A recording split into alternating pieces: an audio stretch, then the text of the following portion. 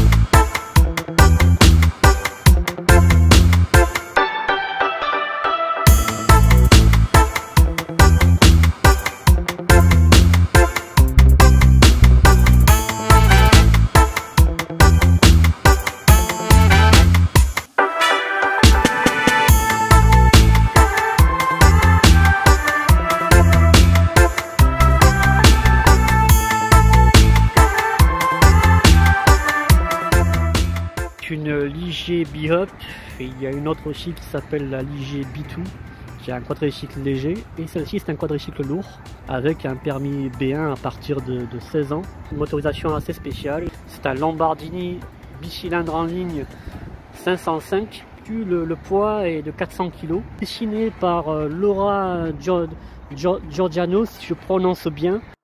Laura Giorgio est la fille du célèbre designer Giorgetto Giorgio, l'un des designers les plus célèbres, celui qui a dessiné la DMC DeLorean, celle qui a marqué le film Retour vers le futur. Mais ça, je vous en parlerai plus tard dans un prochain épisode consacré à ce personnage.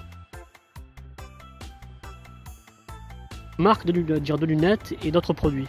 Limite dépouillé, on peut dire que c'est un buggy. Les suspensions qui sont mises en vue, les feux qui donnent un côté assez rétro, un peu 2 chevaux au niveau du capot, un côté britannique au niveau des feux. Et ça, je suppose que les feux, à mon avis, c'est d'autres des feux de moto, c'est sûr et certain, comme les clignotants. On voit l'espèce de barre qui maintient tout l'ensemble, le radiateur qui est juste en dessous. Elle a été commercialisée à partir de 2001 jusqu'en 2013, et bon, elle a fait très peu de ventes. Elle s'est pas vraiment bien vendue comme les autres voitures. 400 kg, franchement, mine de rien, pour un quadricycle lourd, c'est très peu. La vitesse de pointe, elle fait 100 km/h. Document que j'ai pu lire, on avait une espèce de plancher de portière qui limite camoufler les barres de sécurité, c'est-à-dire le châssis en lui-même, soit amovible, c'est-à-dire on peut facilement le dévisser, limite être un peu plus libre. Le volant me fait penser beaucoup à un style un peu Renault Alpine au niveau de la couleur. Les sièges, bon, ils ont un peu morflé avec le temps. À Ligier Xtomax, c'était presque pareil, c'était pratiquement la même architecture avec le compteur au centre, le chauffage dessus. Il y a même aussi l'allume-cigare. Bon, on n'a pas la clim. Le petit starter qui est ici, elle a démarré difficilement parce que la voiture n'a pas bougé, elle n'a pas roulé depuis un certain temps. Petit coffre à l'arrière, on a un coffre façon, je dirais, comme on retrouve sur les quads.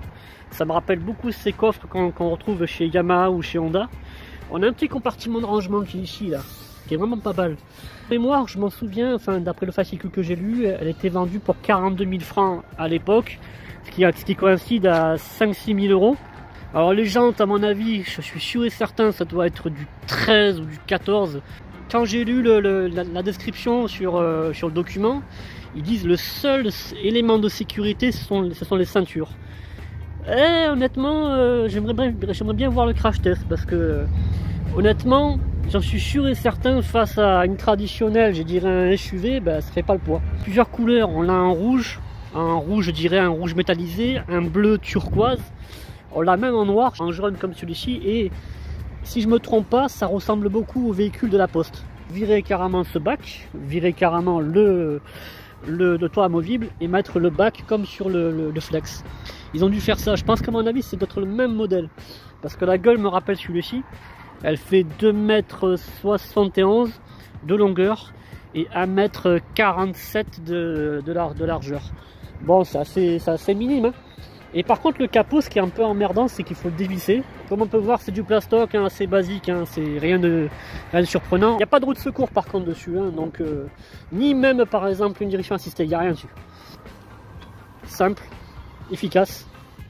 Des planchers en acier qui sont au niveau du passager et du chauffeur. Le tableau de bord lui-même, bon, il est assez limite dépouillé. On a quand même un espace de rangement, mais pas de boîte à gants. On a les compteurs, je pense qu'à mon avis, ça doit être les mêmes compteurs qu'on retrouvait sur les XAM 400 ou les 500. On a 2 porte-gobelets, un petit rangement ici, un cendrier, donc c'est une voiture fumeur. On a quand même aussi l'anneau-cigare, le petit rangement qui est là. Alors le coffre, on peut voir la taille qui est limite assez acceptable. Pièces de rechange qui sont ici. On n'a pas de roue de secours, il me semble, en dessous. Il me semble qu'on n'a pas. On a un cri qui était fourni avec. La voiture est de chez Ligier, mais la voiture était vendue chez Piaggio. C'est-à-dire Piaggio faisait l'intermédiaire. Et on pouvait avoir des lunettes à l'effigie du modèle, des stylos, le coup marketing, des pochettes, on va dire des pochettes, un porte-monnaie à l'effigie de la marque. On a les cieux de porte en chromé. Bon, les sièges, ils ont souffert comme pas possible, on peut voir. On va faire un petit essai.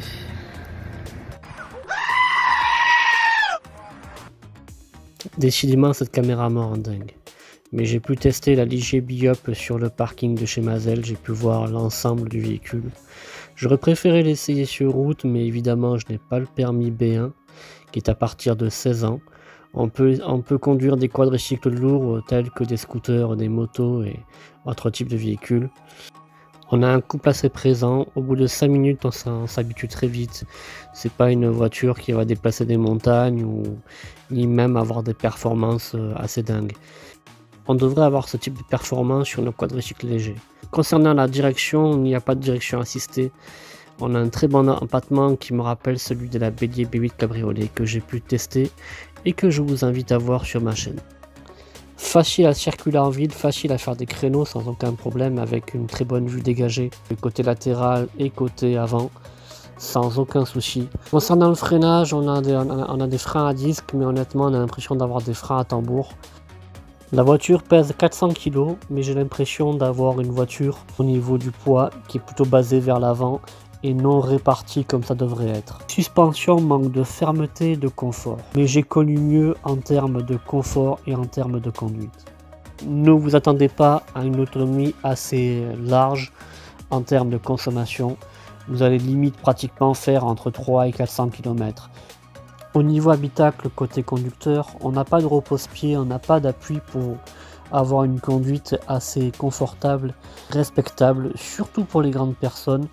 Pour ma part, ça a été limite raisonnable. Alors j'espère que j'ai carrément tout dit sur cette voiture parce que honnêtement, côté conduite, c'est assez fun. Vous savez, quand je conduis, je suis tellement concentré que j'ai très peu de choses à dire. Honnêtement, elle est vraiment sympa. Même son gabarit est vraiment à l'aise pour faire des créneaux, pour manœuvrer. L'assise, par contre, j'aurais préféré une assise un peu plus haute au niveau du capot, au niveau de la visibilité, parce que honnêtement, c'est pas trop ça. Les pédales, je trouve qu'elles sont beaucoup trop serrées, c'est pas assez écarté. Attention, ils ont pris un coup, mais honnêtement, c'est pas assez vraiment confortable. En fait, quand on n'est pas habitué, ça part de suite. Là, j'ai tellement habitué à conduire des voitures, même j'ai la chance de conduire certaines traditionnelles. Honnêtement, c'est très fun, surtout dans le département où je suis. On est près de la plage. Le printemps, on est déjà. L'été, ça va venir. Mais après, honnêtement, de là à l'acheter, franchement, pour moi, non. À l'heure actuelle, elle est estimée entre 6 000 à 8 000 euros.